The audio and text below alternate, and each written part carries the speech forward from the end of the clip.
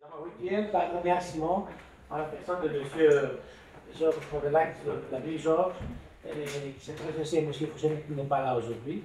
Pour m'avoir invité, c'est toujours un honneur et un plaisir d'être ici. C'est la deuxième fois que je participe à ces rencontres, puisque l'année dernière, on avait aussi discuté sur des questions qui étaient un peu parallèles à celles d'aujourd'hui.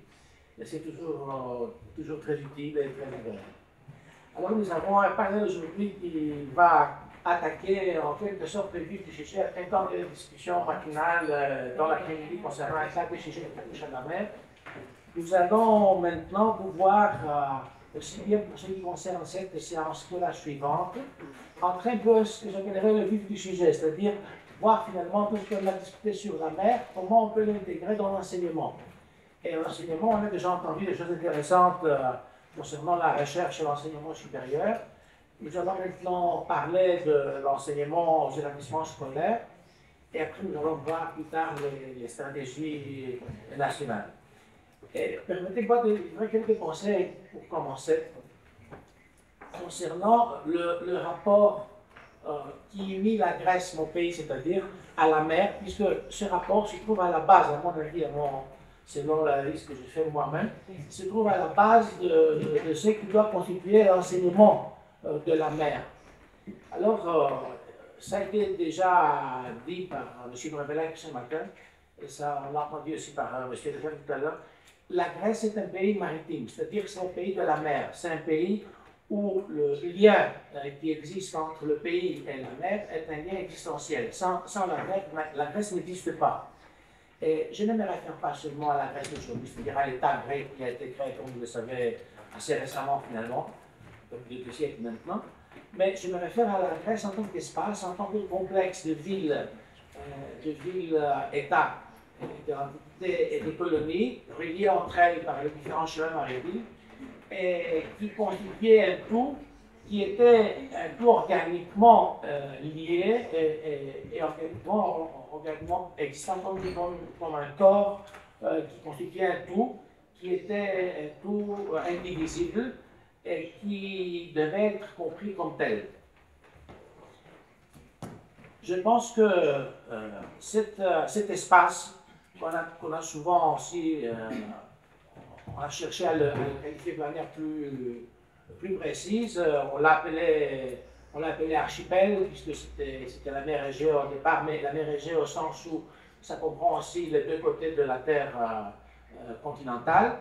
Et c'est la constatation, ça aussi c'est dit, mais ça vaut le coup de mentionner de nouveau qu'aucun point de la Grèce ne se trouve à une distance supérieure à quelques dizaines de kilomètres à vol d'oiseau de la mer, lorsque par exemple en France possède des contrôles des espaces maritimes beaucoup plus vastes, ce n'est pas le cas. Et je dirais que pour la Grèce, la mer a été le noyau autour duquel a été élaborée toute la civilisation grecque et finalement la civilisation européenne et la civilisation de la planète en grande partie.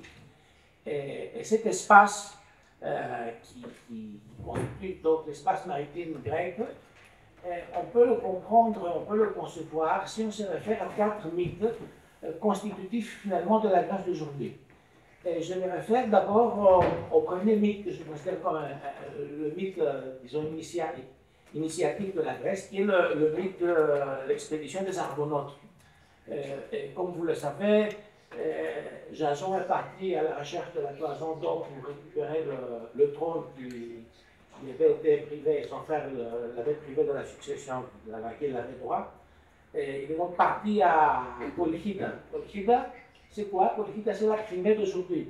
C'est-à-dire que l'espace est un lieu où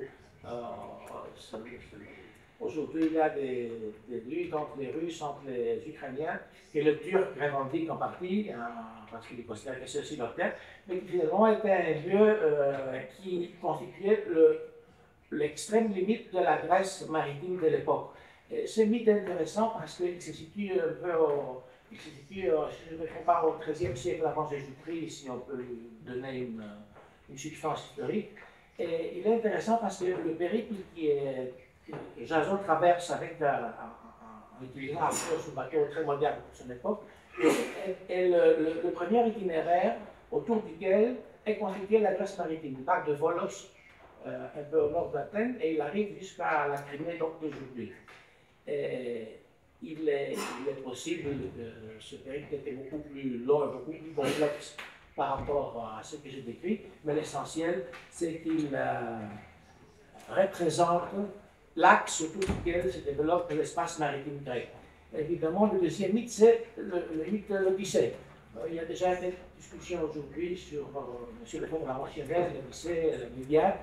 L'Odyssée a en quelque sorte à l'envers l'histoire des Argonautes, puisque cette fois-ci, il y a aussi le voyage vers la mer Ionienne, vers la Sicile, et même peut-être au-delà. Il y a le mythe de Thésée. Le mythe de Thésée qui représente l'espace entre l'Attique et la Crète, puisque c'est Thésée qui veut sauver Athènes de sa dépendance qui est créée à cause de parce qu'ils ont perdu la guerre contre la Crète et sont obligés d'envoyer chaque année 7 garçons et 7 filles pour devenir la proie de Minotaure. Mais en revenant vainqueur, il oublie de lever les voiles blanches, il reste avec les voiles noires. Il représentait le deuil, puisqu'ils étaient prédestinés à leur perte. Le père, qui suit le tour de Sunion, se jette dans la mer, désolé parce qu'il croit que son fils est mort, et il donne son nom à la mer Égée, c'est le roi Égée. Et il y a le quatrième mythe, qui est le mythe de Hercule. Hercule qui avait été auparavant choisi comme le chef de l'expédition des Argonautes, mais qui n'a pas participé, une raison de la mythologie explique à cette expédition, mais qui est parti jusqu'à l'autre bout de la terre. Il a été jusqu'à Gibraltar, où les stèles d'Hercule marquent le nec plus ultra. Jusqu'ici, rien n'existe plus au-delà. Alors, ces mythes-là, qui sont des mythes initiatiques de la Grèce, sont des mythes qui montrent à quel point la Grèce est liée à la mer et comment toute l'existence de l'espace grec a été conçue comme un espace autour de la mer. Cette existence, cette importance de la mer est aussi représentative de la constitution militaire de la Grèce. Il a été question tout à l'heure de la bataille de Marathon et de la bataille de Salamine. La bataille de Marathon, déjà 10 ans avant Salamine, 490 avant Jésus-Christ, ça a été fait par le transport, par les bateaux de Perse, c'était arrivé là par les bateaux. Évidemment, la bataille de Salamis, la bataille navale de Salamis, était vraiment une bataille dans la mer. À l'autre bout de la Grèce, à Himera, à la même année Marathon, il y a eu la bataille de Himera où les Grecs de Sicile avaient arrêté les Carthaginiens qui venaient donc pour occuper la Grèce sicilienne. Et l'importance de cette bataille, qui est un peu oubliée aujourd'hui à la Grèce, n'est pas moindre par rapport à la bataille contre les Perses, puisque au même moment où les Grecs arrêtent les Perses en Grèce, près d'Athènes, les Grecs de Sicile les arrêtent et empêchent l'invasion de la Sicile de l'Italie. Et là aussi, le transport se fait par la mer. Et plus tard, au moment de Byzance, nous savons que c'est le moment où Byzance a perdu la maîtrise de la mer. Il a octroyé le privilège à Venise et à d'autres puissances de l'époque. Il a donc perdu le contrôle de la mer et la ressource de la mer. Et c'est à ce moment que commence la chute. Les travaux de Mme Arveller de Byzance de la mer sont très révélatrices de ce qui s'est passé à l'époque. Et je rappelle que plus tard, quand la Grèce s'est soulevée contre la domination ottomane, c'est encore une fois les marins qui ont financé en grande partie, avant que ce ne soit les Anglais, après le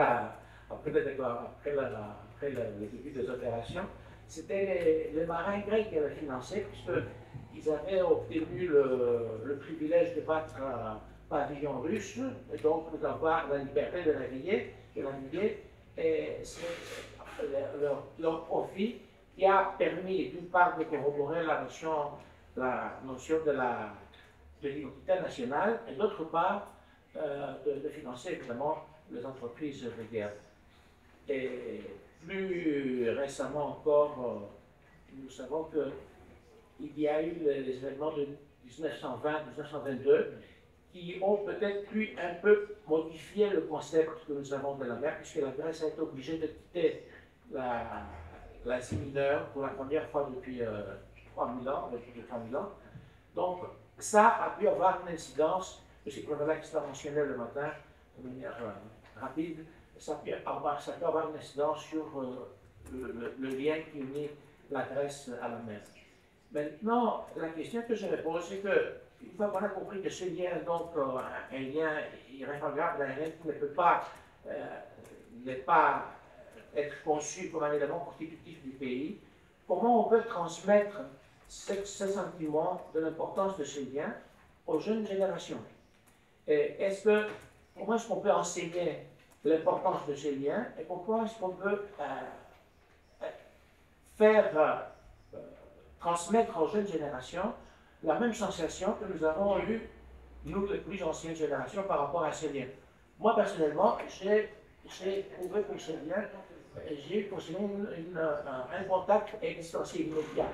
Je suis insulaire, je suis crétois du côté de mon père, et je suis de spectre du côté de ma mère, donc insulaire de deux côtés, et une famille maritime, une famille qui avait des animaux, des officiers de la marine et des capitaines de vaisseaux. Donc, j'étais un peu, le lien que j'avais avec la mer ne m'a jamais posé problème. C'était évident que la mer était pour moi la chose la plus importante en Grèce.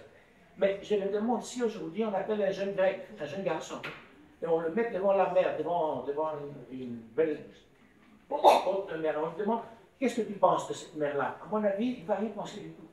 Il va penser simplement que c'est un bel endroit pour faire quelques jeux, pour nager, pour s'amuser. Si on revient à des siècles en arrière, on prend un même garçon en Grèce, ou même ailleurs, on a un garçon par exemple de l'Angleterre de Dickens. La mer pour lui, c'était quoi? La mer, un garçon devant la mer, il conçoit la mer comme un moyen de liberté. C'est l'ouverture vers le monde. Ce n'est pas un endroit où la mer se referme et devient un morceau de la terre, mais c'est la clé qui lui permet d'avoir accès au monde. C'est la liberté, c'est l'enrichissement, c'est la découverte de la planète, c'est donc le voyage, c'est la culture. Des choses que les jeunes générations aujourd'hui, à mon avis, ressentent moins, ou j'ai le sentiment qu'ils risquent de sentir moins. Maintenant, comment transmettre à ces générations cette sensation, ce sentiment que le lien est si important, et comment inclure dans l'enseignement les éléments qu'il faut cultiver pour que ce lien se maintienne? Il y a des aspects qui sont des aspects anthropologiques, des aspects sociologiques, des aspects économiques, on a beaucoup discuté ce matin, des aspects de défense nationale, un tas d'aspects sur lesquels on peut examiner les questions de la mer. Mais je pense qu'il est très important aussi d'avoir conscience du poids de l'histoire. De ce point de vue, je pense que le rôle qu'on peut avoir les écoles primaires et les écoles secondaires après est extrêmement important, et même plus important par rapport à ce que l'université pourra avoir plus tard, parce que au moment où l'enfant arrive déjà à accomplir ses études d'école primaire, elle a déjà un caractère formé et il a déjà une conscience nationale plus ou moins formée. Donc, ce n'est pas la peine d'essayer de changer ce qui est déjà fait. Donc, c'est avec ces pensées que je vais inviter mes collègues de prendre la parole. Nous avons un panel qui me semble très intéressant. Nous avons d'abord M. Spiros Polalis, pour le plaisir de connaître depuis un temps très ancien, puisqu'il provient aussi d'une famille maritime, puisque son père était officier de la marine. Et il est directeur, il était ancien professeur de Harvard, mais il est aussi directeur, il dirige une école grecque, une des plus importantes, plus organisée école grecque d'Athènes, le collège d'Athènes, ça s'appelle le collège d'Athènes. Moi, je suis un ancien de cette école, d'ailleurs aussi Prévelin ici présent. Et donc, il est vraiment en position de nous dire à cette école, on peut intégrer le pensée concernant la mer et l'enseignement concernant la mer. Ensuite, on va passer aux autres interventions. Cher Skiros, qui a la parole.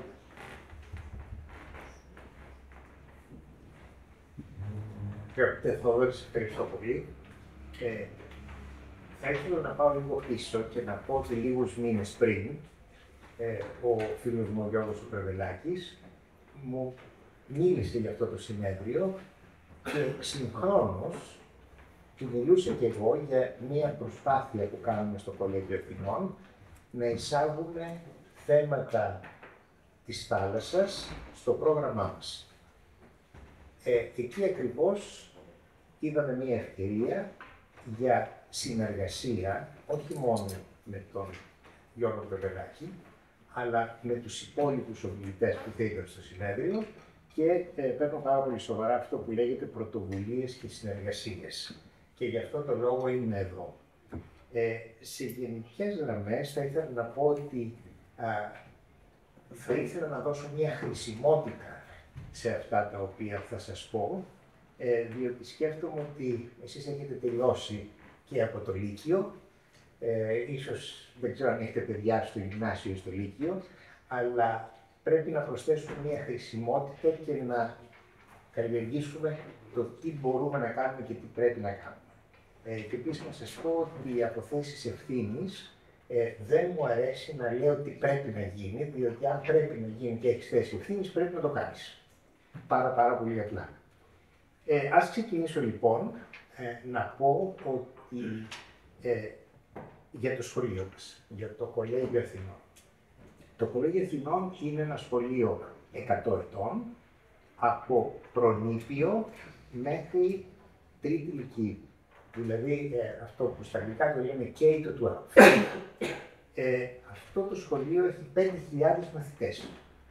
Έχει περίπου το 5% όλων των μαθητών της Ελλάδας που πηγαίνουν σε ιδιωτικά σχολεία, σε όλες τις πόλεις. Έχει 1.000 άτομα προσωπικό και ως εκ τούτου η ευθύνη του στο θέμα της εκπαίδευσης είναι μεγάλη.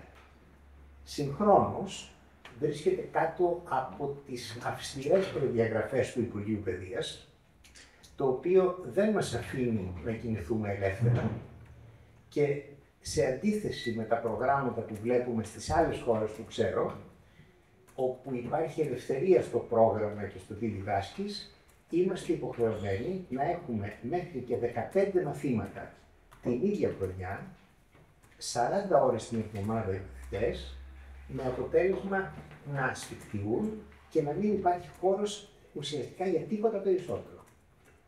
Την ίδια στιγμή οι καθηγητές μας διδάσκουν από 21 έως 24 ώρες την εβδομάδα. Αυτό σας το λέω γιατί στη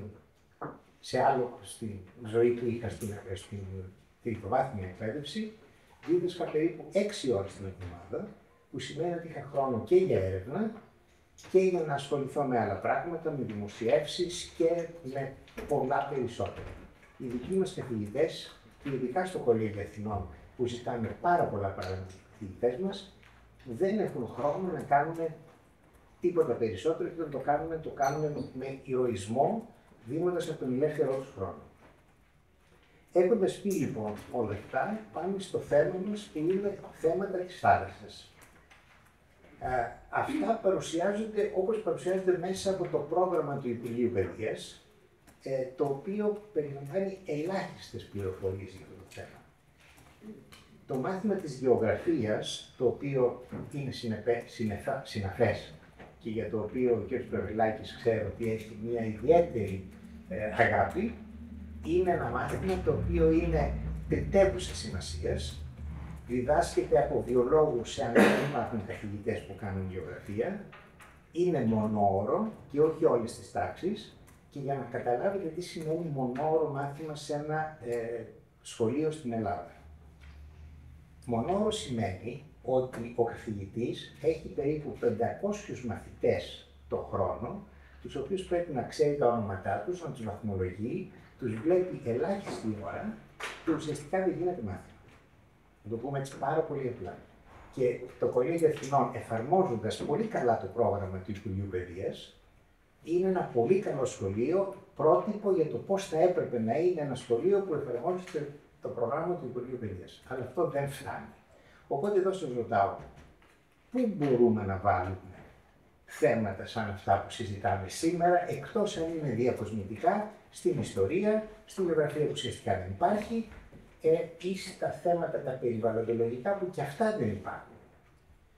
Είναι πάρα πολύ δύσκολο πρόβλημα και θα σας πω ότι ευτυχώς στο κολέγιο στα 2 τελευταία χρόνια έχουμε ένα πρόγραμμα, το International Baccalaureate Diploma Program, το οποίο εισήχθη ίσως κατά λάθος 25 χρόνια πριν από τον κύριο Γιώργο Παπανδρέου, και λέω κατά λάθος, όχι δικό του λάθος, λάθος των άλλων που το δεχτήκανε, το οποίο μας επιτρέπει να έχουμε μαθήματα τα οποία ξεφεύγουν από αυτά που είπα πριν. Το IBDP έχει 6 μαθήματα. Τα 6 μαθήματα σε διάφορους κύκλους. Ένας κύκλος είναι των επιστημών, θα μπορούσε να είναι 1 έως 2. Κάνει τεράστια διαφορά σε σχέση με τα 14 μαθήματα και 15 που έχουμε στο Ελληνικό Λύκειο.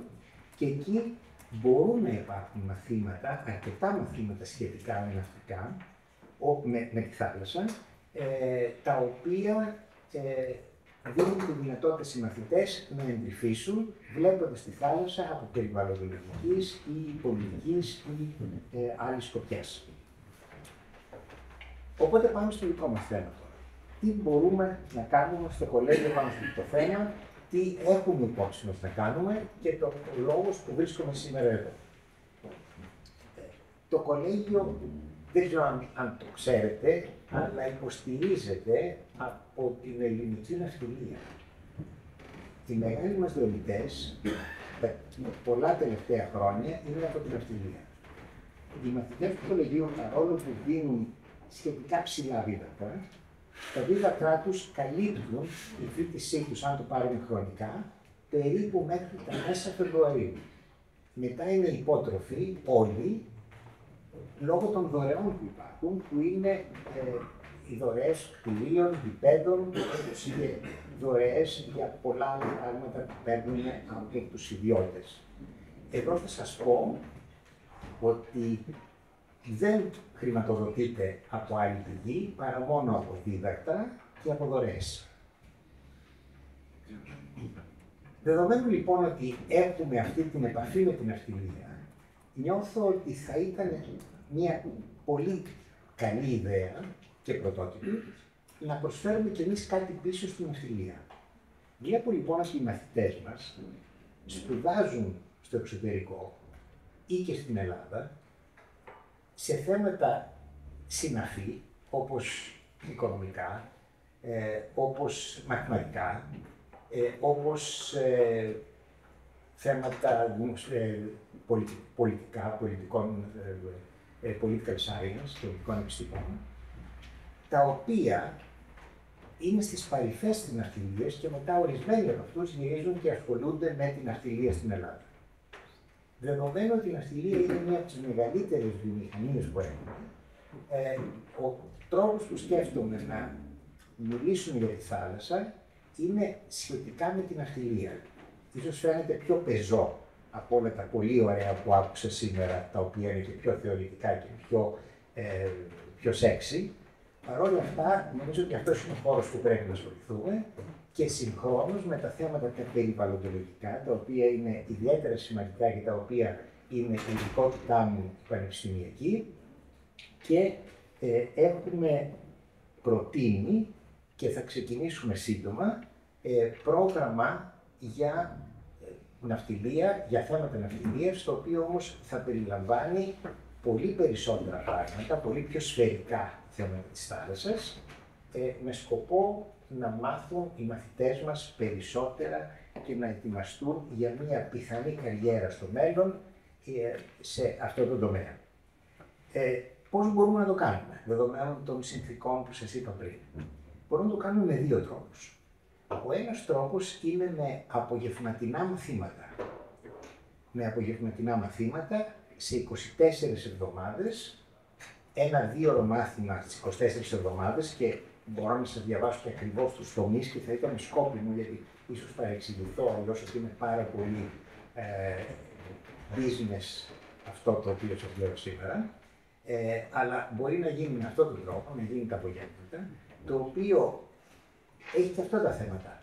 Διότι οι μαθητές μας ετοιμάζονται να μπουν στα πανεπιστήμια. Και αυτοί που ετοιμάζονται να μπουν στο Ελληνικό Πανεπιστήμιο, το μόνο που τους ενδιαφέρει μετά από την πρώτη ηλικίου είναι η αποστήθηση. Είναι το plagiarism, το οποίο το κάνουμε επισήμως στη χώρα μας και δεν έχουν χρόνο για οτιδήποτε άλλο. Οπότε το να τους επιβαρύνουμε 2 ώρες την ημέρα, περισσότερο από το 8ωρο που έχουν καθημερινά, και δεδομένου ότι δεν προσφέρουμε και φαγητό στο σχολείο, διότι έχουμε και άλλους περιορισμούς εκεί, πάλι από το Υπουργείο Παιδείας και από άλλους δημόσιους οργανισμούς, οι οποίοι πρέπει να είναι ορισμένες προδιαγραφές κτλ. Οι οποίες πολλές φορές δεν επιτρέπουν τη σύντηση των παιδιών που μένουν πολλές ώρες στο σχολείο. Παρ' όλα αυτά, αυτό είναι μία λύση απογευματινά και αυτά τα λέμε clubs. Ομίλους, τα παλιά τα χρόνια τα λέγαμε λέσχες, δεν σας πω ότι μου αρέσει πάρα πολύ ο όρος λέσχες. Ο άλλος στόχος είναι με summer camp, το οποίο ίσως είναι και το πιο εφικτό. Μίας εβδομάδας summer camp, το οποίο το έχουμε και αυτό οργανώσει τι μαθήματα θα δίδονται και τα μαθήματα θα βρίσκονται σε διάφορες περιοχές όπως σας είπα πριν, όπως ιστορία της θάλασσας, όπως γεωγραφία της θάλασσας, όπως δίκαιο της θάλασσας και με έμφαση πάντα στο θέμα της ναυτιλίας. Αυτό είναι ο βασικός κορμός που θα θέλουμε να κάνουμε στο κολέγιο και δεν σας κρύβω ότι και ένας από τους λόγους είναι ότι πιστεύω ότι είναι πολύ πιο εύκολο να βρούμε και χρηματοδότηση για τέτοια προγράμματα. Έχουμε κάνει ήδη συζητήσεις με μαθητές μας. Μαθητές μας της τρίτης γυμνασίου, δηλαδή 9th grade, τους έχουμε ρωτήσει, έχουμε πάρει feedback, μας έχουν πει τι πρέπει, τι θα θέλαμε να κάνουμε. Είναι πολύ ενδιαφέρον ότι μας έχουν πει, εγώ θα ρωτήσω τον πατέρα μου, ο οποίος πατέρας μου ξεκίνησε να κάνει οικονομικά στο πανεπιστήμιο στην Αγγλία και τώρα ασχολείται με την ναυτιλία. Έχω μιλήσει με ανθρώπους που είναι στην ναυτιλία και είπαν ευχαρίστως τα παιδιά να έρθουν στο γραφείο μας, να τους δείξουμε, να τους μάθουμε τι γίνεται. Και επιπλέον υπάρχουν αυτή τη στιγμή στην εποχή των digital nomads, υπάρχουν και μαθήματα που γίνονται από ναυτιλιακές εταιρείες στην Ελλάδα σε φοιτητές από το εξωτερικό, κυρίως από την Αγγλία, πάνω σε θέματα ναυτιλίας. Εδώ θα σταματήσω, είναι καλύτερα να υπάρχουν ερωτήσεις αργότερα, αλλά το θέμα είναι μπροστά μας και δεν σας κρύβω κι εγώ, όπως κι άλλοι είπαν από πού είναι, εγώ είμαι από τον Πόρο. Στον Πόρο έχουμε μια θάλασσα η οποία είναι πάρα πολύ ήπια, δηλαδή τη θάλασσα τη νιώθουμε προέκταση του νησιού μας, είναι κάτι πάρα πολύ οικείο και η αγάπη μας προέρχεται από εκεί. Δηλαδή, εγώ πιστεύω ότι πιο πολύ μεγάλωσα στη θάλασσα μέσα παρά έξω από τη θάλασσα στον Πόρο. Και εξακολουθείτε. Και εξακολουθούμε βεβαίως. Ευχαριστώ πάρα πολύ. Nous vous remercions beaucoup, Monsieur Polalis, pour cette très intéressante présentation de ce qui se passe au collège d'Athènes. Je dois dire que je suis un peu très découvert de la géographie, par exemple, d'être enseigné à une seule heure. Moi, je me souviens de mon temps, on avait 3 heures et même plus. M. Dionydis, peut-être que tu te souviens de M. Dionydis. Georges, qui était quand même très sévère, et c'était un anglais, c'était un livre très avancé pour son époque, puisque c'était un livre de géographie qui n'était pas encore un livre de géopolitique, mais il avait beaucoup d'éléments économiques, sociaux, etc. Il serait intéressant de voir comment on pourrait, on aura l'occasion de le faire plus tard, comment on pourrait voir la manière d'intégrer dans différents cours précis des chapitres, non pas un cours spécialement dédié à la mer, mais un cours d'histoire par exemple, un cours de géographie, un cours de sociologie, un cours d'économie, intégrer des éléments qui intéressent davantage la mer. Ça peut-être tu auras l'occasion de le dire après. Mais tu as demandé la parole. Εξαιρετική ερώτηση. Το Κολέγιο Εθνών πάντα ήταν πολύ μπροστά στις καινοτομίες. Όχι πια όμως, διότι οι συνθήκες έχουν αλλάξει. Η μεγαλύτερη καινοτομία ήταν το 1930, όταν το Λύκειο από εξαετές έγινε επταετές. Αυτός ο προέρχομος χρόνος επέτρεψε αναδιάρθρωση της ύλης στις διάφορες πράξεις, περισσότερα μαθήματα, διαφορετικά μαθήματα και καθηγητές οι οποίοι δεν είχαν να δώσουν report στο Υπουργείο Παιδείας το τι κάναμε εκείνη την ημέρα ακριβώς. Τώρα, αυτή τη στιγμή, πρέπει ο καθηγητής μας να δώσει αναφορά το τι έχει κάνει στο διευθυντή του, ο οποίος διευθυντής το έχει έτοιμο να το δώσει στο Υπουργείο Παιδείας. Ο κ. Ιωαννίδης τότε θα είχε απολυθεί. Και εδώ είναι το θέμα, πρέπει η κυβέρνηση να σταματήσει να απολύει τον κ. Ιωαννίδη. Vous avez absolument raison. C'est tout à fait, je suis tout à fait d'accord avec toi.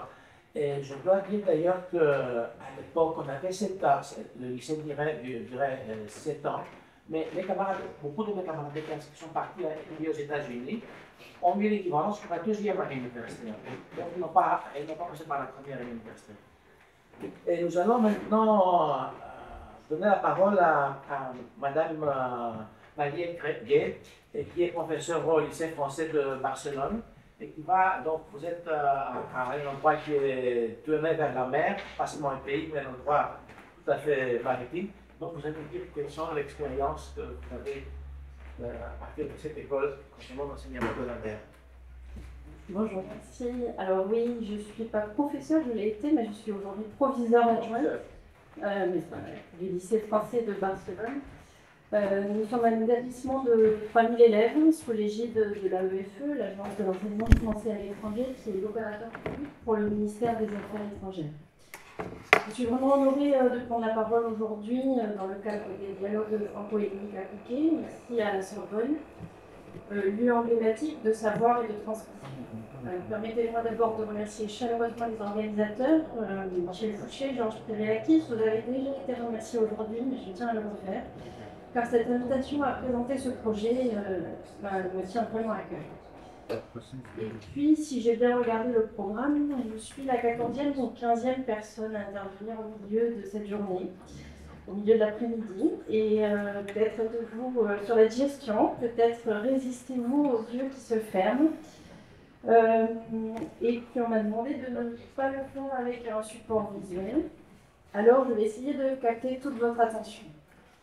Et pour capter votre attention, nous allons donc commencer par imaginer.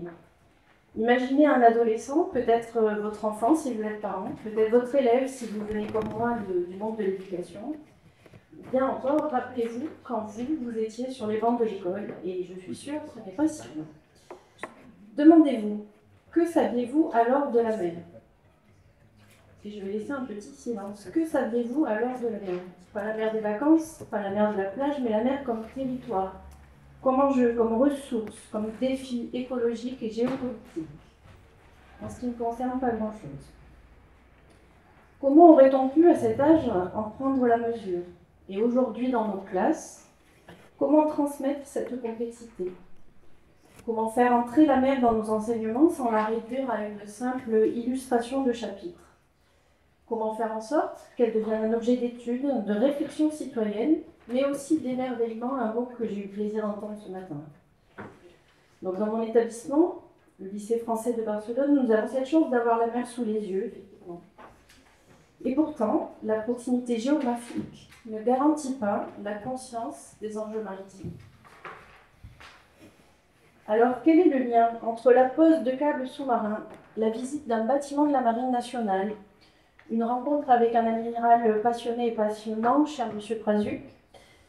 Que peuvent avoir en commun une navigatrice comme Isabelle Autissier, aussi présidente du WWF, un prince de Monaco, engagé pour les aires marines protégées et les aires marines éducatives, un éco-citoyen, Andrew Stevenson, qui consacre sa vie à la protection des baleines, ou encore les skippers extraordinaires de l'America's Cup, ou encore une nageuse en eau froide championne du monde. Des rencontres, mais aussi des actions. Nettoyer des plages, participer aux assises de la Méditerranée, ramasser du phytoplancton, l'observer avec une chercheuse, faire de la voile, faire un recueil de cartes marines imaginaires. Presque un inventaire à l'après-vert, tout cela, autant de manières d'appréhender le monde bleu. Alors bien sûr, il s'agit de ne pas se disperser. Suivez mon regard avec les inspecteurs. Même si parfois nous nous sommes laissés porter par le courant des opportunités, des rencontres de l'actualité barcelonaise, nous avons toujours gardé un cap, faire de la mer un fil conducteur qui a du sens, une entrée possible pour croiser les savoirs, les disciplines et les engagements. Mais pour que ce cocktail d'actions, de rencontres, d'expériences ne soit pas un feu d'artifice désordonné, pour qu'il produise du sens, de la continuité, une véritable progression éducative, il nous faut une équipe, un équipage.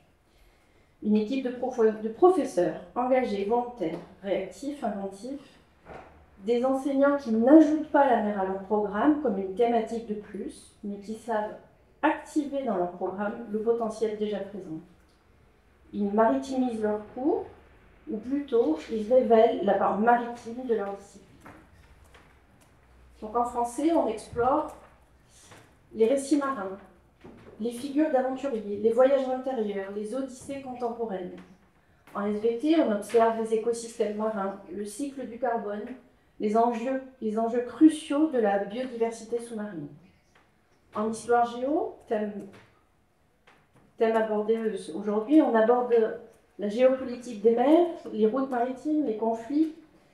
En EPS, on découvre la voile, la natation, le rapport du corps avec l'eau. Et en art, tout peut s'imaginer. On peut illustrer l'altérité, sublimer la différence, aussi un sujet évoqué ce matin.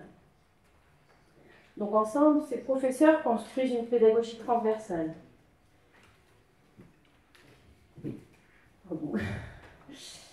Ensemble, ces professeurs construisent une pédagogie transversale, mais aussi apportent une diversité par leur approche. Ce sont eux les véritables passeurs. Et là aussi, j'étais contente d'avoir entendu ce mot par un des intervenants. C'est eux qui permettent de tisser des liens entre disciplines, entre le savoir et la réalité, entre l'école et le monde extérieur. Pour que cette ambition éducative soit durable, il faut aussi une équipe administrative, une équipe de direction. Il faut aussi un cadre institutionnel qui pilote, qui structure, qui impulse et qui donne du cadre. Il nous faut aussi des parents curieux, présents, qui comprennent l'importance de ces projets, de ces enjeux pour leurs enfants. Et puis surtout, il nous faut les élèves eux-mêmes. Alors dans nos classes en enjeux maritimes, certains choisissent, mais d'autres ne choisissent pas. C'est nous qui les choisissons pour différentes raisons. Mais c'est pour eux et avec eux que cette dynamique prend tout son sens. Donc au lycée, depuis plus de 4 ans, nous menons ce projet. Aujourd'hui, c'est 3 classes, une par niveau de cycle 4, mais nous allons colorer nos classes de seconde, proposer le BIMER, le brevet d'initiation à la mer. Et nos classes de primaire font également de la voile et étudient évidemment l'Iliade et l'Odyssée. Donc tout au long de leur scolarité, nos élèves participent à des rencontres, à des conférences, à des visites, mais aussi à des temps de réflexion dans la classe, et un retour dans la classe. Ils passent de la découverte à l'appropriation, du simple constat à l'engagement éclairé. Il ne s'agit pas de recracher ce que vous disiez, mais il s'agit aussi d'être capable d'analyse. Et au fil des mois, nous les voyons évoluer, nous les voyons changer, nous les voyons gagner en maturité. Un monde qui leur était lointain devient peu à peu un territoire d'action, un territoire de réflexion, de projection et de citoyenneté.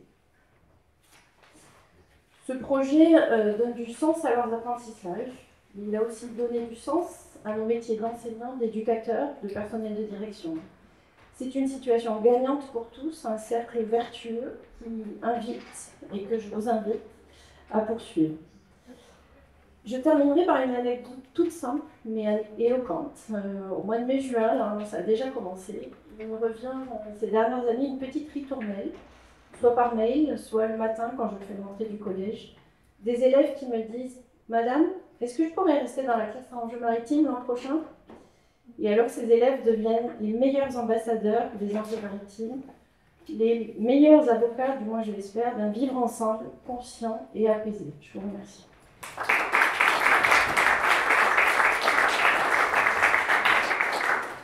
Merci beaucoup, Madame Paglier, pour ces très intéressantes pensées qu'elle nous a exposées concernant les informations concernant le lycée français de Barcelone, finalement, il y a quand même une prise en compte de l'élément maritime, mais ce n'est pas seulement une manière simplement de se référer de manière neutre, mais il y a vraiment, ça c'est vraiment très encourageant. J'irais même ajouter que c'est inscrit dans notre projet d'établissement. Oui, ça c'est très positif. Et moi j'ai l'expérience un peu de lycée franco-catholique d'Athènes, puisque je suis le président de l'association qui possède cette école. C'est-à-dire au moment où l'école a été créée par Giscard d'Estaing et par Constantin Caramanlis, il a été confié à une association qui possède le terrain auquel où existe l'école et qui aussi s'occupe de son management, mais dans le sens où elle délègue le management puis elle a délégué à l'organisme français compétent. Mais là, d'après ce que je sais, il n'y a pas eu de prise en compte d'éléments maritimes, ni pour ce qui concerne la France, ni pour ce qui concerne la Grèce, ni le côté français, ni le côté grec. C'est l'information que j'ai pour le moment, je ne vais pas le remplir à 100%, mais je pense que c'est comme ça, il n'y a pas une prise en compte de l'élément maritime dans l'enseignement. Et ça, c'est vraiment pas dans la suite. Maintenant, je vais passer la parole à Madame Hugonin, qui est professeure à l'école Max Forestier de Vanves, pour voir ce qui se passe à Vanves concernant l'enseignement. Alors, bonjour à tous. Avant de commencer mon propos, je tiens à remercier M. Prévelakis et M. Fouché de m'avoir invité à ce colloque sur la proposition de M. Krasuk. Donc, en effet, je suis professeur des écoles dans une école primaire publique à Vanves, l'école Max Forestier, donc dans les Hauts-de-Seine, aux portes de Paris, à quelques stations de métro d'ici. Je suis enseignante dans une classe à double niveau, CP-CM2. Donc dans ma classe, j'ai un groupe de 9 élèves de CP qui ont entre 6 et 7 ans, et j'ai un groupe de 16 élèves de CM2 qui ont donc entre 10 et 11 ans. Et donc cette année, le thème de ce colloque Enseigner la mer résonne particulièrement au sein de ma classe. Et je vais vous expliquer pourquoi. Alors en effet, cette année, nous participons au concours du Parlement des enfants. Alors ce concours, c'est une proposition qui est initiée par l'Assemblée nationale et les élèves sont invités à rédiger une proposition de loi sur un thème imposé. Et cette année, le thème est la lutte contre la pollution des océans. Quand j'ai pris connaissance de ce sujet en septembre, j'ai eu un premier temps d'hésitation. Comment mes élèves de 6 à 11 ans allaient-ils s'approprier cette problématique ? Ils habitent le long du périphérique parisien, dans un quartier ultra-urbanisé. L'océan est loin. Qui plus est, peu d'élèves de ma classe ont la chance de séjourner régulièrement au bord de la mer. Ce milieu leur est méconnu. Par ailleurs, comment les sensibiliser à une cause dont ils ne sont pas directement les témoins ? Avant de parler de la pollution et de comprendre les enjeux écologiques qui en découlent, il me paraissait indispensable que mes élèves apprennent à connaître l'océan. Comme l'organisation d'un voyage au bord de la mer nécessite de longs préparatifs, c'est l'océan qui allait devoir arriver jusqu'à nous. Alors, j'ai choisi de commencer cette immersion océanique par la visite d'un aquarium. En effet, quoi de plus beau que d'admirer les poissons évoluer sous nos yeux. Il était important de leur montrer la beauté de la biodiversité marine. Donc nous avons été à la Porte Dorée, c'est un très vieil aquarium, et dans cet aquarium, on sensibilise le public aux dangers de la pollution plastique. Par exemple, les larmes de sirène. Alors, mes élèves ont trouvé ça au départ très beau comme nom, mais en fait, ils ont vite compris que les larmes de sirène, c'était des toutes petites billes microscopiques que les poissons avalaient. Et que du coup, ces poissons étaient empoisonnés par ces larmes de sirène. Ça s'appelle aussi des pelets. Et cet aquarium alerte aussi notamment sur les dangers de la surpêche. Alors mes élèves sont rentrés à l'école enchantés de cette sortie et ce fut un point de départ positif pour s'interroger sur l'impact de l'homme sur cette biodiversité qui les avait émerveillés. Et on retrouve l'émerveillement qui était a priori qui était une priorité pour moi. Alors pour comprendre cet impact, j'ai fait appel à la fondation Surfrider. 3 bénévoles sont intervenus dans ma classe autour d'ateliers leur permettant de comprendre l'origine de la pollution des océans et les actions que mes élèves pouvaient mener dans leur famille pour limiter cet impact. Alors 2 phrases, ils ont retenu 2 phrases, ils ont retenu plein de choses, mais en tout cas il y a 2 phrases qui les ont interpellés. Jeter par terre, c'est jeter dans la mer, et le meilleur des déchets, c'est celui qui n'est pas produit. À l'issue de cette intervention, mes élèves ont pris l'initiative de compter les mégots de cigarettes entre l'école et leur domicile. Et le nombre qu'ils ont comptabilisé les a alertés. Ils ont également pris conscience de la pollution générée par les emballages. Ils ont réfléchi à des actions que nous pourrions mener dans notre classe ou dans l'école, et nous avons décidé de boycotter les gâteaux industriels et de fabriquer les gâteaux d'anniversaire en classe.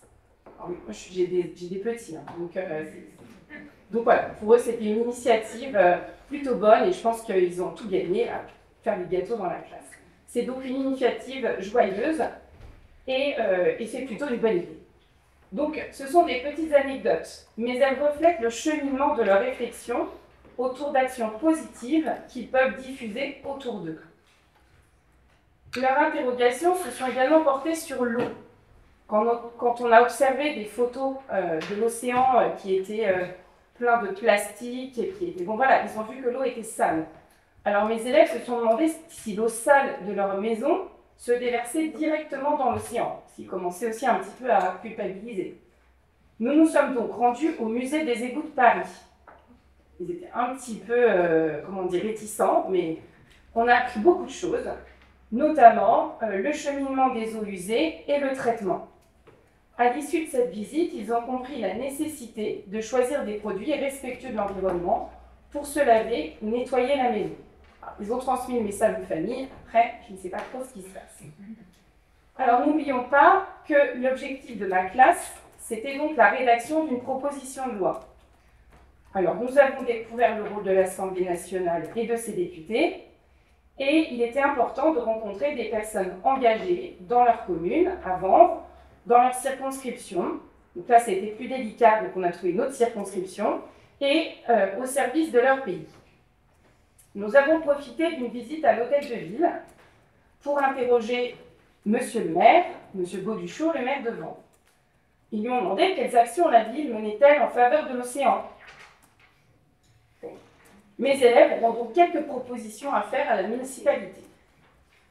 Apparemment, il manque un peu d'idées. La visite du député morbihanais, Jimmy Pahin, a permis une meilleure compréhension des activités du député entre sa circonscription et l'Assemblée nationale. La classe a également compris la naissance d'une loi. Et M. Pahin est député dans une région qui a un très grand littoral, et puis en plus il est navigateur, donc ils ont pu également lui poser des tas de questions sur sa vie de skipper, ses courses, etc. C'était vraiment très intéressant. Enfin, nous avons eu la visite de M. Prazuc, qui a été l'occasion de découvrir l'engagement au service de son pays. Les missions de la Marine nationale sont diverses et ont passionné mes élèves. Appartenir à la police de la mer et traquer les braconniers de l'Égine aux îles Kerguelen ont dû faire naître quelques vocations dans ma classe. Mais ce jour-là, mes élèves ont surtout retenu une information très importante. La France possède le 2e espace maritime mondial. Et donc, comme nous sommes toujours en train de réfléchir à notre proposition de loi, au départ, ils étaient un petit peu découragés parce qu'ils se sont dit, bon, une proposition de loi, la France, c'est un très grand pays, mais on est quand même au milieu d'un monde encore plus grand. Comment les lois françaises pourraient-elles être écoutées? Et donc, le fait de comprendre que la France possédait le 2e espace maritime mondial, ils se sont dit que, eh bien, forcément, les lois françaises avaient un impact dans le monde et que les citoyens français, comme eux, devaient être des modèles pour le reste du monde. Notre connaissance de l'océan n'aurait pas été complète sans l'éclairage scientifique apporté par Madame Saïna Amloui, qui est donc spécialiste du plancton. Avec ses deux assistantes, Madame Amloui a démontré à la classe pourquoi l'océan était le poumon de notre planète. Mes élèves étaient très contents parce qu'ils ont manipulé un microscope et ils ont observé en direct la présence de phytoplancton et de zooplancton. Quelle fierté pour mes élèves de 6 ans d'utiliser des mots savants comme phytoplancton et zooplancton et cerise sur le gâteau de les comprendre. Grâce aux explications très claires, les élèves ont compris qu'une grande partie de l'oxygène respiré provenait du phytoplancton et que la pollution menaçait ces micro-organismes. La nécessité de protéger l'océan est devenue une évidence pour eux.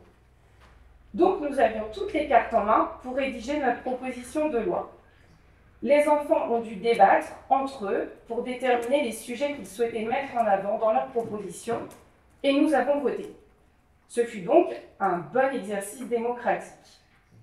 Donc, pour faire vite, on a rédigé 4 articles. Notre premier article, c'était sur les éco-délégués, parce que les éco-délégués sont obligatoires, donc des élèves qui vont porter des projets écologiques. Il y en a d'une manière obligatoire au collège et au lycée, mais ce n'est pas encore le cas en primaire.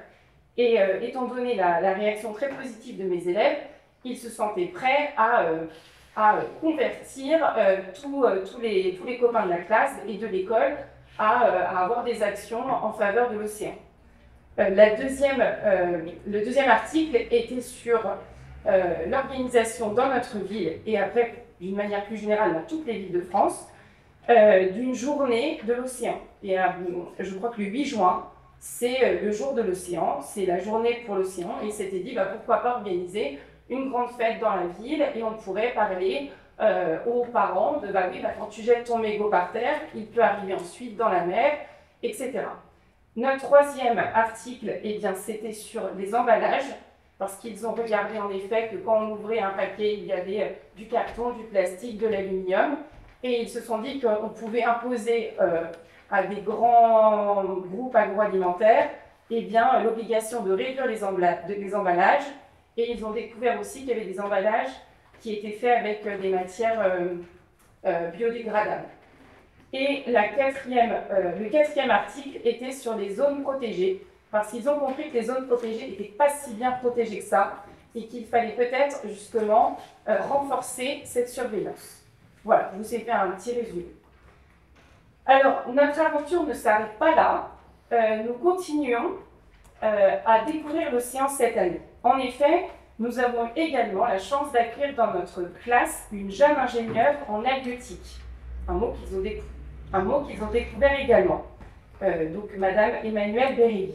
Cette jeune scientifique passionnée par la protection des océans nous a rendu visite avant d'embarquer sur un voilier pour étudier la pêche aux îles du Cap-Vert. Elle nous a expliqué les différentes méthodes de pêche et mis en avant celles qui étaient les plus respectueuses de la biodiversité marine.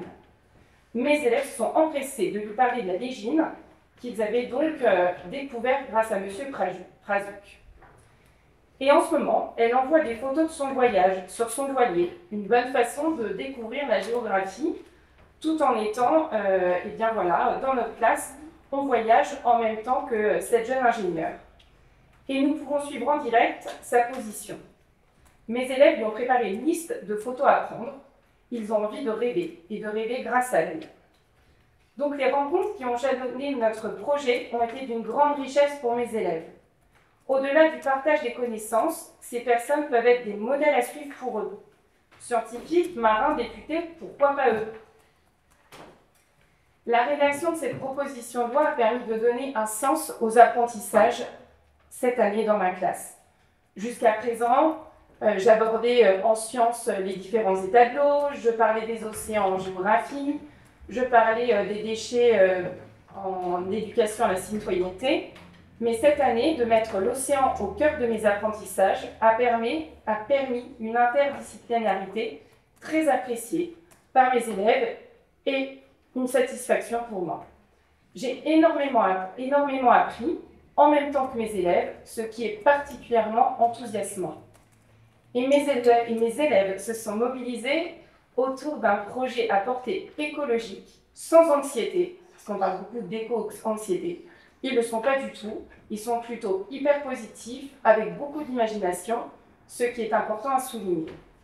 Voilà, et pour finir, je tiens à remercier M. Prazu qui m'a vraiment beaucoup aidé dans ce projet. Merci pour votre attention.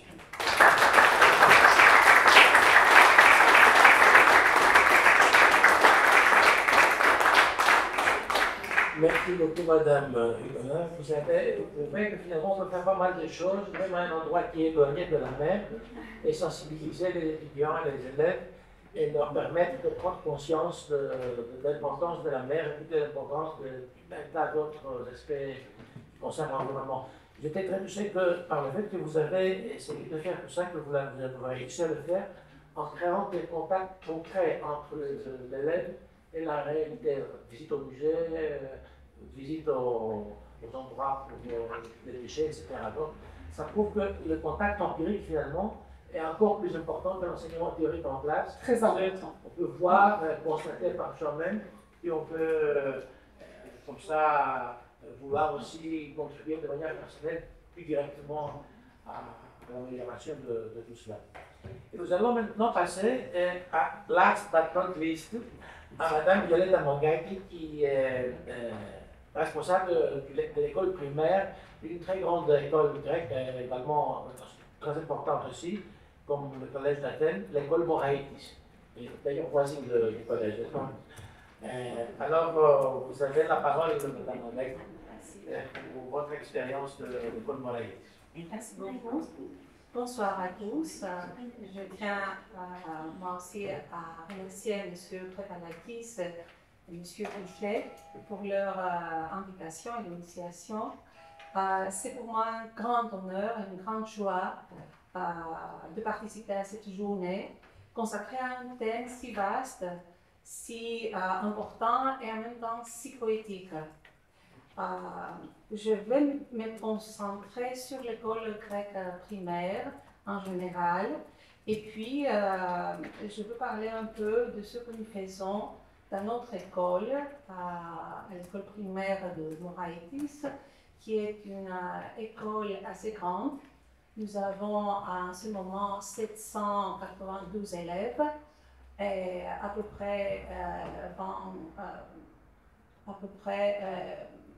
plusieurs enseignants, une grande équipe d'enseignants et d'enseignantes.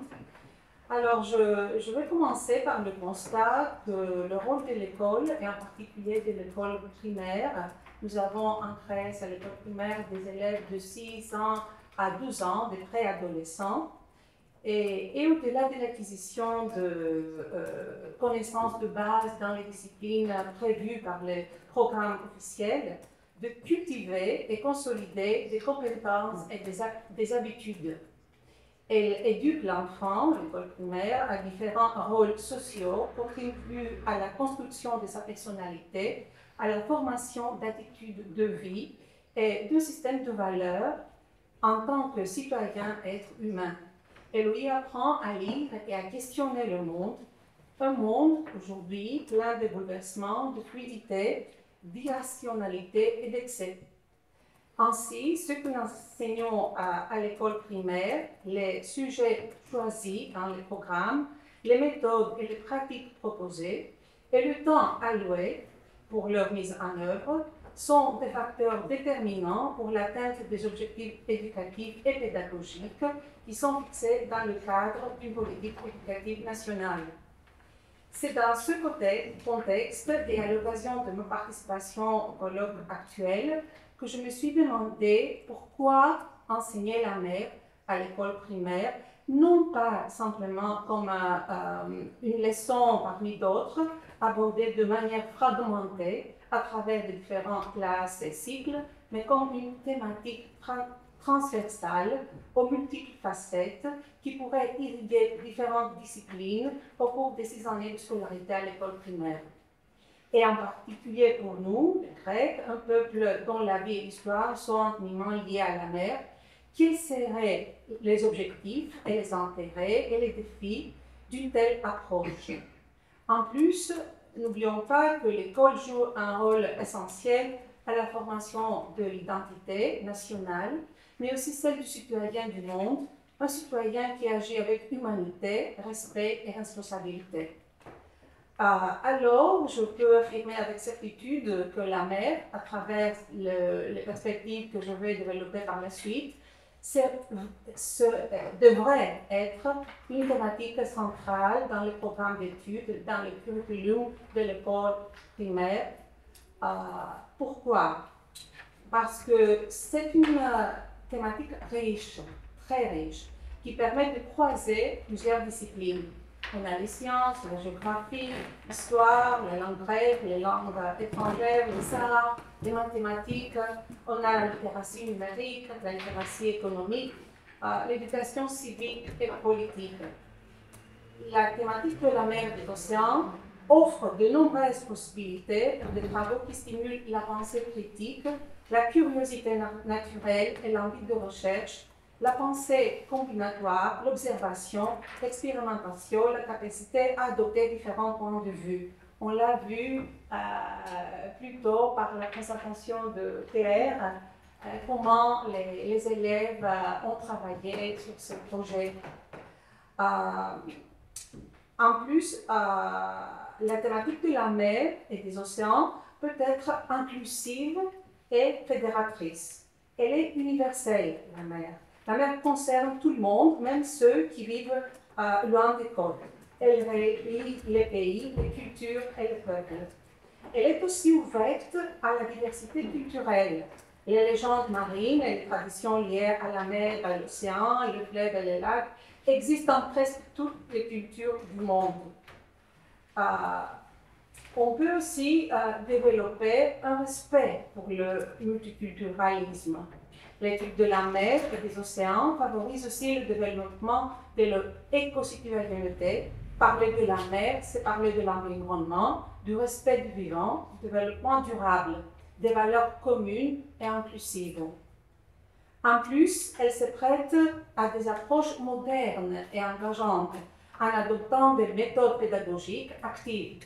Sortie à la plage, expériences scientifiques simples, fabrication de maquettes, projets artistiques, visite à des organisations.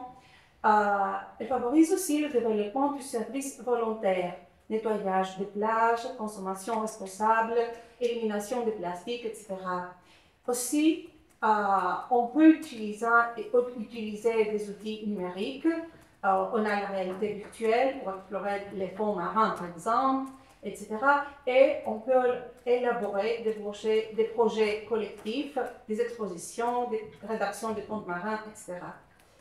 Enfin, la mer permet de sensibiliser à des enjeux contemporains. L'écologie et le climat, le plastique dans les océans, etc. La solidarité et l'immigration, la mer comme espace de passage, de danger, d'espoir aussi pour certains peuples, l'économie et les métiers. Pour conclure, pour toutes les raisons évoquées, la thématique de la mer devrait être intégrée dans le programme de toutes les classes de l'école primaire. Elle apporterait cohérence et continuité, souvent pressentie comme absente à l'école en Grèce, et contribuerait à atteindre les objectifs pédagogiques essentiels, qui sont permettre à chaque enfant, chaque élève, de trouver un intérêt dans un sujet commun, l'impliquer de manière créative, éveiller sa curiosité, relier l'apprentissage au vécu. Il pourrait également aider à réduire la distraction en classe. On parle de générations tout à fait différentes de ce que nous connaissons, des enfants du portable, téléphone portable, qui ne peuvent pas se concentrer sur un sujet plus de 5, 6, 7 minutes. On a des compétences extraordinaires, mais sur ce point, on a des problèmes.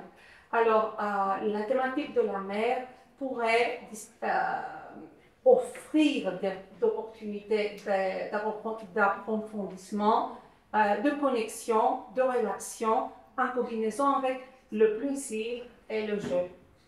Jusqu'aujourd'hui, une telle approche, une telle conception fait défaut.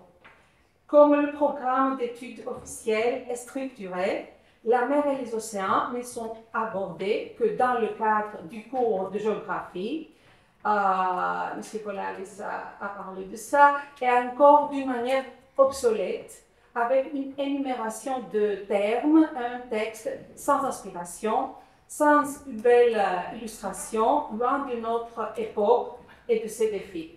L'approche se fait presque exclusivement à travers un texte écrit, à une époque où le support principal de construction du sens est multimodal, écrit, image, support numérique. La mer et les océans sont également absents de l'histoire et de la langue. Il s'agit simplement d'une location, de lieux où se déroule une bataille, la bataille de Salamine ou de Navarin, un endroit où prospèrent les Minoens, et c'est tout. C'est un poème, un récit, mais vraiment, il n'y a aucune fascination, il n'y a aucune inspiration sur la manière avec laquelle on approche la mer et les océans.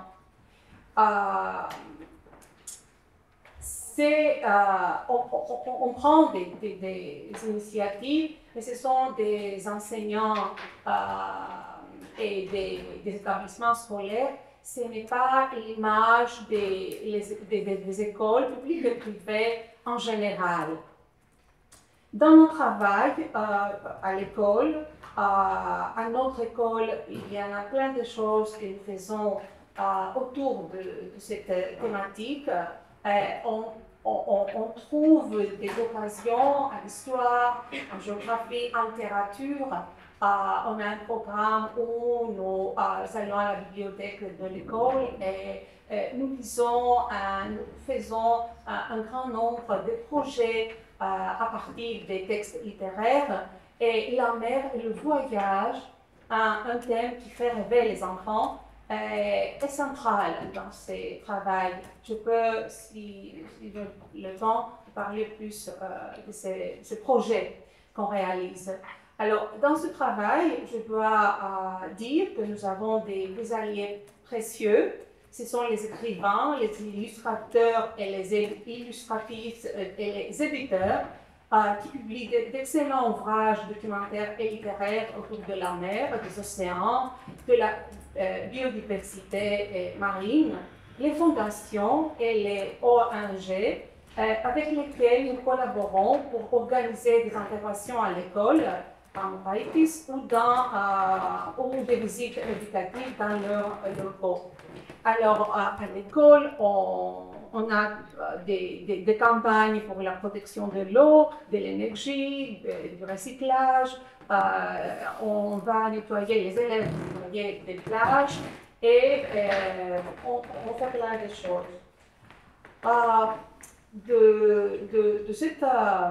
Aujourd'hui, de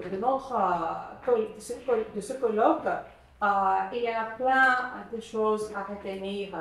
De mon côté, je tiens à souligner que l'éducation reste ici encore la clé. Si l'école, dès les premiers pas de l'enfant à l'école, à partir de la maternelle, parvient à l'école, dès ses premiers pas, à lui faire comprendre l'importance de la mer et des océans, ce sera un accomplissement majeur qui nous rend pleinement optimistes pour l'avenir.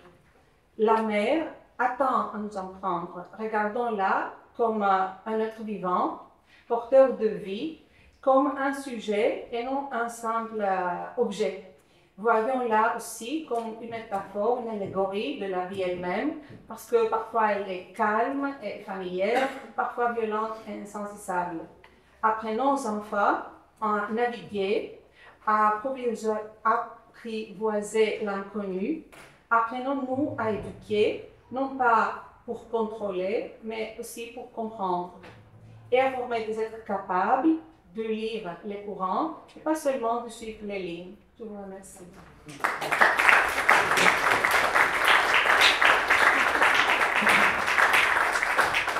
je remercie beaucoup Mme Angaki. À l'entendre, nous comprenons qu'il y a beaucoup de choses à faire et que peu de choses ont été faites jusqu'à présent. Donc, on est encouragé pour l'avenir, mais on est un peu déçus par le passé. Et nous avons un quart d'heure que nous pouvons consacrer à des questions. Et moi j'ai envie de poser des questions, mais je n'ai pas privé. Oui, να κάνω μια διόρθωση. Ομολογώ ότι ασχολήθηκα περισσότερο με το δίκαιο. Αυτά που άκουσα από την κυρία Μακάρη και τις άλλες δύο ομιλήτριες, θα έπρεπε να πούμε ότι στην Ελλάδα έχουμε αρχίσει να σκεφτόμαστε το project-based learning σε άπτες στα ελληνικά. Και αυτό μας επιτρέπει να κάνουμε αυτά τα μαθήματα. Και δεν σας κρίνω ότι στον νηπιαγωγείο μας και στο δημοτικό μας, όπου μας έχετε πάρει και ένα από τους καλύτερους καθηγητές που είπαμε, ξέρετε, τον κύριο Ζώση, στον Ωραίτη, αυτό είναι κάτι που μας δίνει πολλές δυνατότητες να κάνουμε στο δημοτικό και στο νηπιαγωγείο. Και ήδη εμείς στο κολέγιο είναι να μειώσουμε τα διαγωνίσματα, να ενώσουμε μαθήματα και να έχουμε κοινά θέματα μεταξύ των μαθημάτων. Η αλήθεια είναι ότι στη θάλασσα δεν έχουμε κάνει κάτι ακόμα, κύριε Μαγκάκη, οπότε την δώσω την άλλη εξαιρετική ευκαιρία. En pensant en grec, je peux vous donner un exemple extraordinaire. Et j'avais préparé une présentation, mais je n'ai pas pu la présenter ici. Au bicentenaire de la Révolution grecque, en 2021, c'était tout juste de retour à l'école après le confinement dû au Covid. Chaque classe a travaillé un aspect de la Révolution grecque avec des activités créatives et imaginatives, développant en parallèle toutes les compétences essentielles, la recherche, la pensée critique, l'imagination, la coopération, etc. Alors, une classe, la 4e, s'était consacrée à la lutte en mer. Et pendant 3 mois, on travaillait sur cela.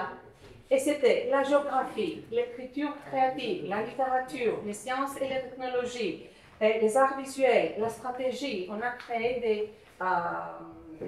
des jeux de société type Stratego, des maquettes de batailles navales, c'était l'économie, les arts. On a pris les drapeaux, des motifs par des drapeaux de la Révolution et on a créé des synthèses extraordinaires en art plastique. Alors, la connexion avec l'histoire orale, des mémoires familiales, certains élèves étaient descendants des capitaines. Alors, on a apporté des objets anciens et des récits familiaux. La politique et la diplomatie. Tout ça, pendant 3 mois, on a laissé à part les livres, les ouvrages de l'école, et on a travaillé sur ces projets. Et c'était génial. On a appris, on est très content, l'enthousiasme des élèves et des enseignants et des enseignantes était majeur, et c'est la preuve qu'on peut travailler autrement. C'est aussi très intéressant ce que vous venez d'exposer, et ça touche évidemment un problème de fond qui est important, c'est la manière selon laquelle nous approchons la transmission des connaissances. C'est-à-dire que ça va être à cette heure en mathématiques, économie, ou ça va être, on va choisir un cadre, par exemple par Microsoft pour cela, et en fonction de ce cadre, on peut intégrer des renseignements qui touchent aux mathématiques, physique, etc. Donc, les pays nordiques, comme j'ai pu voir dans les pays nordiques, sont très favorisés à ça. En Grèce, c'est très peu pratique encore. J'entends par M. Polanski que le collège va faire aussi la même chose, il est déjà en train de faire la même chose. Mais ça, évidemment, nécessite une traitement plus long pour voir si on peut vraiment transmettre de manière complète et organiser ces connaissances. Parce que ça peut aussi devenir trop empirique et trop dispersé, et qui donc finalement se trouve dans une confusion totale. Donc, à mon avis, c'est la même expérience qu'on a eue il y a des années. Moi, j'ai vécu à une époque où j'étais, comme je l'ai dit, il y a une école qui était très moderne pour son temps, c'est encore moderne aujourd'hui. Et donc, je n'ai pas vécu l'oppression qui consistait à apprendre par cœur et à garder des dates dans la tête, etc. Il y a d'autres qui ont souffert de ça, mais j'ai connu aussi des enfants en France, par exemple, qui ne pouvaient pas citer la 1789 comme date de la Révolution française. Donc, il y a quand même entre une extrémité et l'autre, il y a quand même compliqué. Il faut donc faire attention pour ne pas tomber sur donc, c'est une question. Nous aurons peut-être le temps de davantage sur ça. Est-ce que vous voulez nous dire deux mots sur le projet qui me semble très intéressant? Oui, un projet plus récent, le titre Moi, ça me touche. Et c'était inspiré par l'unité Le cycle de l'eau qu'on a dans l'ouvrage du 4e, l'ouvrage de la langue. Et encore une fois, nous avons abandonné le manuel scolaire et nous avons organisé un projet interdisciplinaire qui met en lumière un autre aspect du thème, celui de la responsabilité sociale. À travers une présentation réalisée avec l'application numérique Canvas, nous avons parlé des dangers qui nous menacent, le sécheresse, le manque d'eau et les inondations. Nous avons étudié le cycle de l'eau avec l'aide du professeur de sciences et puis on a réfléchi à ce que nous pouvons faire à la maison et à l'école pour consommer l'eau de manière responsable. Nous avons abordé la pollution des mers, visionné une vidéo d'un nettoyage volontaire à la mer de Paros et on a profité des chansons et des vidéos sur les fonds marins, voyageant avec notre imagination à travers les mers. Et puis, toujours avec l'aide des enseignants, les enfants ont écrit des scénarios décrivant le cycle de l'eau et ont créé des films de 2 à 3 minutes avec la méthode de stop motion. Et puis, on a mis la musique, le son, on a fait tout le travail artistique. Nous avons aussi invité à l'école des personnes par les ONG, par le WWF par exemple, ou par ENEPA pour rendre visible le problème de l'eau. Nous avons relié ces problématiques au changement climatique. Nous avons invité une océanographe pour parler des océans. On a partagé une émotion et après, nous avons commencé des campagnes. Par exemple, fermer le robinet pendant le brossage des dents, ne pas acheter de plastique, servir dans notre assiette la quantité de nourriture que nous allons réellement consommer. Nous avons collaboré avec l'organisation Volume, Nous Pouvons, qui a mis en œuvre un programme dans notre classe et 2 de nos sections ont participé à un projet Erasmus+, sur la gestion et la consommation responsable des aliments. Et on a préparé des campagnes pour toute l'école. Alors, on a essayé de faire connaître tout ce qu'on a appris aux autres élèves dans l'école primaire. Et pour réaliser ce projet, il a fallu être très créatif. Et on a changé le programme et on a identifié les zones de recoupement afin de pouvoir mettre en œuvre ce que vous avez dit, monsieur. Ce que nous avions prévu, sans pour autant négliger les connaissances fondamentales que les élèves de ce niveau doivent acquérir dans les différents domaines d'apprentissage. Alors, on a pu combiner le programme officiel et le programme que nous avons organisé dans l'école. Donc, des projets qui verront peut-être le jour bientôt et qui permettront de creuser davantage, c'est très intéressant. Monsieur Πολάκης, vous avez déjà la parole. Μας ανοίγει η όρεξη με όλα αυτά. Απλώς να μοιραστώ μαζί σας μισό λεπτό ένα πολύ ενδιαφέρον project που έχουμε στο δημοτικό μας. Το κάνει ο δάσκαλος κ. Λευτέράτος, ο οποίος έχει ένα κλαμπ το οποίο το ονομάζει Adaptive-SIP. Άλλωστε είμαστε Αμερικανικός και μπορούμε να χρησιμοποιήσουμε αγγλικά. Adaptive-SIP. Και αυτό που κάνουν τα παιδιά είναι έρχονται σε επαφή με τον καπετάνιο του πλοίου και τους ενημερώνει πού βρίσκεται και μιλάει με τα παιδιά. Το οποίο κάνει καλό όχι μόνο στα παιδιά που μαθαίνουν γεωγραφία και πολλά άλλα πράγματα, φορτία κτλ., αλλά συγχρόνως και ο καπετάνιος νιώθει πολύ πιο κοντά μια ανθρώπινη επαφή. Αυτά βέβαια όλα στο δημοτικό. Ευχαριστώ. Très intéressant, très motivant. Moi, j'ai pensé depuis longtemps qu'il aurait fallu pouvoir intégrer dans les écoles, et les écoles primaires, et les écoles secondaires, certains enseignements qui sont pratiques et qui reflètent, si vous voulez, la vie économique de l'espace qui entoure l'école. Soit près, si c'est la mer, si elle est près de la mer, si c'est l'agriculture, si elle est près de l'agriculture, etc. Donc ça, c'est aussi un moyen très, très efficace pour aller au-delà des frontières terrestres et suivre un bateau de voyage, donc l'intégrer dans son monde présent. Est-ce qu'il y a des... Monsieur Goliès. Πώς να μιλήσω, δεν θα μπορεί να μεταφράζεται. Να το πω εγώ στο μικρόφωνο.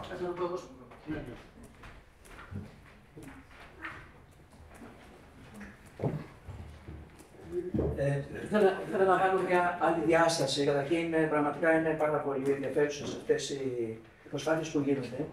Όλες αυτές τις προσπάθειες που άκουσα απευθύνονται στην πιστοποίηση. Βεβαίως, στο δημοτικό δεν θα μπορούσε να είναι διαφορετική. Βλέπω στην Λάσο και στο Λύκειο Σπύρο θα μπορούσε να είναι και διαφορετική. Και το λέω αυτό γιατί δεν είναι, βεβαίως δεν ξέρω πόσα χρόνια γίνεται αυτό, κάποια χρόνια δεν έχουμε αποτελέσματα να δούμε αν αυτή η ευαισθητοποίηση που οδήγησε τελικά. Η ευαισθητοποίηση περιβαλλοντική δεν οδηγεί αναγκαστικά στη θάλασσα. Μπορεί να οδηγήσει στο περιβάλλον κάπου αλλού. Επομένως, κάποια στοιχεία τα οποία να μας λένε ότι αυτή η ευαισθητοποίηση τελικώς οδήγησε στη θάλασσα θα είναι πολύ ενδιαφέρον να τα δούμε μετά από 3, 4, 5 χρόνια, όταν αυτά τα παιδιά, 10, όταν αυτά τα παιδιά θα βγουν στην αγορά. Σημειωτέρω τα παιδιά που θα βγουν στην αγορά και αυτά που έρχονται τώρα είναι Generation Z και Generation έχουν τελείως διαφορετική συμπεριφορά. Και στην Ελλάδα έχουμε ένα ιδιαίτερο θέμα σε σχέση με τη θάλασσα που δεν είναι το. Η Ελλάδα έχει 5.500 ελληνόκτο στόλο. Έχει 500 περίπου πλοία με σημαία ελληνική. Η Γαλλία έχει 190 πόσα είναι, 200 με ιταλική σημαία, δεν ξέρω πόσα είναι συμφερόντων Γάλλων. Αλλά υπάρχει ένα τεράστιο θέμα ποιος θα πάει στο πλοίο. Δεν πάει κανένας. Δεν απευθύνονται αυτό στο κολέγιο, στο Μωραήτη, αλλά η ευαισθητοποίηση πρέπει να επεκταθεί στους γονείς ότι δεν μπορούν όλοι να γίνουν οι τρομεροί που αναπτύξουν το AI ή οι τρομεροί οι οποίοι θα βγάλουν τα τρομερά στο περιβάλλον. Κάποιοι πρέπει να μπορούν να τα εφαρμόσουν απλά εκεί που χρειάζεται, δηλαδή εκεί που γίνεται η ενέργεια. Παραδείγματος χάρη στο πλοίο, πρέπει να μετρήσουν τις εκπομπές, αλλά δεν ξέρουν να τις μετρήσουν. Έχουν αναπτυχθεί όλα τα μοντέλα που πρέπει να μετρούνται κλπ. Αλλά δεν ξέρουν να τις μετρήσουν. Δεν είναι κανένας από αυτούς που είναι μέσα να τα μετρήσει. Άρα αυτό είναι ένα άλλο θέμα που πρέπει να το δούμε. Finalement, c'est très difficile de séparer l'enseignement de la mer du reste de l'enseignement. Il faut simplement l'intégrer dans un ensemble cohérent. Il y a des questions, d'autres questions? Η ερώτησή μου απευθύνεται κυρίως στον κύριο Πρεδελάκη. Δεν θα μπορούν να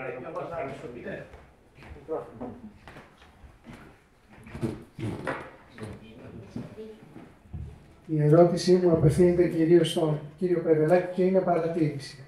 Διαλέξατε όλα τα καλά παραδείγματα και δεν διαλέξατε κανένα από το μέσο όρο να έρθει εδώ να μας πει και να μας δείξει πώς η ποιότητα των διδασκόντων και στις δύο χώρες έχει πέσει σημαντικά. Ζητάμε να γίνει μεταρρύθμιση στο curriculum και στην εκπαίδευση με νέα θέματα και δεν έχουμε ανθρώπους να την εφαρμόσουν. Δεν υπάρχει η αίσθηση καθήκοντος στους διδάσκοντες και στην Ελλάδα και στη Γαλλία έχει πέσει αυτό το πνεύμα του δημόσιου διδάσκοντο. Δεν είναι λειτουργία. Είναι επαγγελματίες.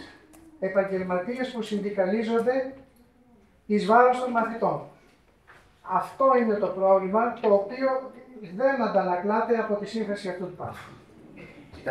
Εδώ προσωπικά, θα το πάρω προσωπικά το θέμα. Παρόλο που με αφαιρέσατε από το να μπορώ να απαντήσω, λέγοντας το προφίλ που έχουμε, μπορώ να σας πω ότι οι δάσκαλοι μας και οι καθηγητές μας είναι καλύτεροι από ό,τι ήταν ποτέ. Κύριε Πολάλη, είμαι πατέρας 2 αποφύτων του κολεγίου και ξέρω και τα προβλήματα που προκάλεσε η μεταρρύθμιση του 81 από υπουργό ο οποίος φιλοδοξούσε να βάλει τα παιδιά του στο κολέγιο, έχοντας αφαιρέσει όλα τα χαρακτηριστικά. Moi, je vais faire une remarque plus générale. On prend en compte votre remarque. Et probablement, il a un aspect qu'il faut prendre en compte sérieusement.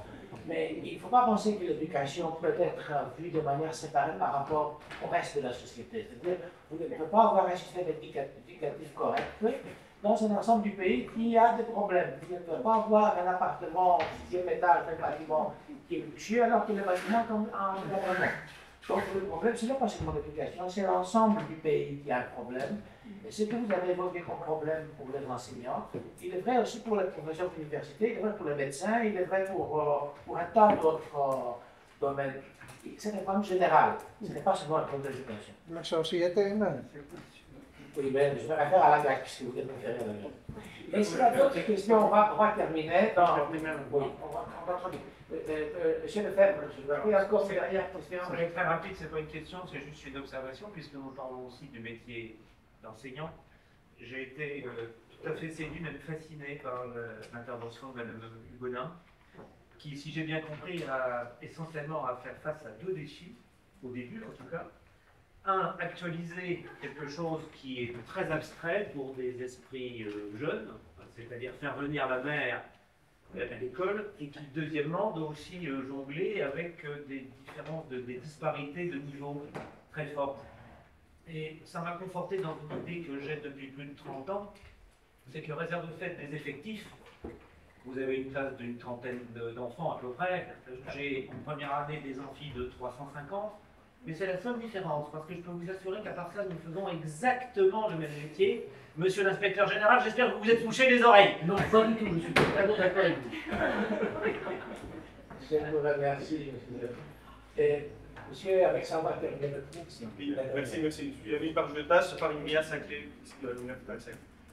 Ma question, c'est plutôt que c'était très bien ce que j'ai entendu, même pour les étudiants à l'université. Aujourd'hui, pour la majorité des étudiants, la mère fait partie des congés et des vacances. Mais à l'époque, en fait, ce n'était pas des vacances, c'était vraiment vivre avec. Et donc, tout l'enseignement que j'ai entendu, comment on peut sortir par l'effet vacances et par l'effet romantique, si vous voulez, en fait, de la mère, et revenir en fait dans les vrais effets. C'est ce que on a discuté aujourd'hui, les détecteurs, que nous, on fait partie de la mer, les Grecs ou même les Français. Et à mon avis, les 2 pays, et la majorité des enfants, moi je viens des régions macédoniennes en Grèce, et la mer, pour moi, même si je viens de Thessalonique, faisait partie des vacances. Donc, ma question, c'est plutôt, est-ce qu'on peut avoir un projet qui sorte de cette bulle romantique des vacances, ou c'est fini, aujourd'hui l'exploration s'est faite en avion ou en espace, et voilà. C'est la question que j'avais posée au début de notre rencontre, de notre séance. J'avais demandé qu'est-ce qu'un enfant aujourd'hui pense devant la mer. C'est exactement la même réflexion. On va remercier tous les intervenants pour leur très belle présentation.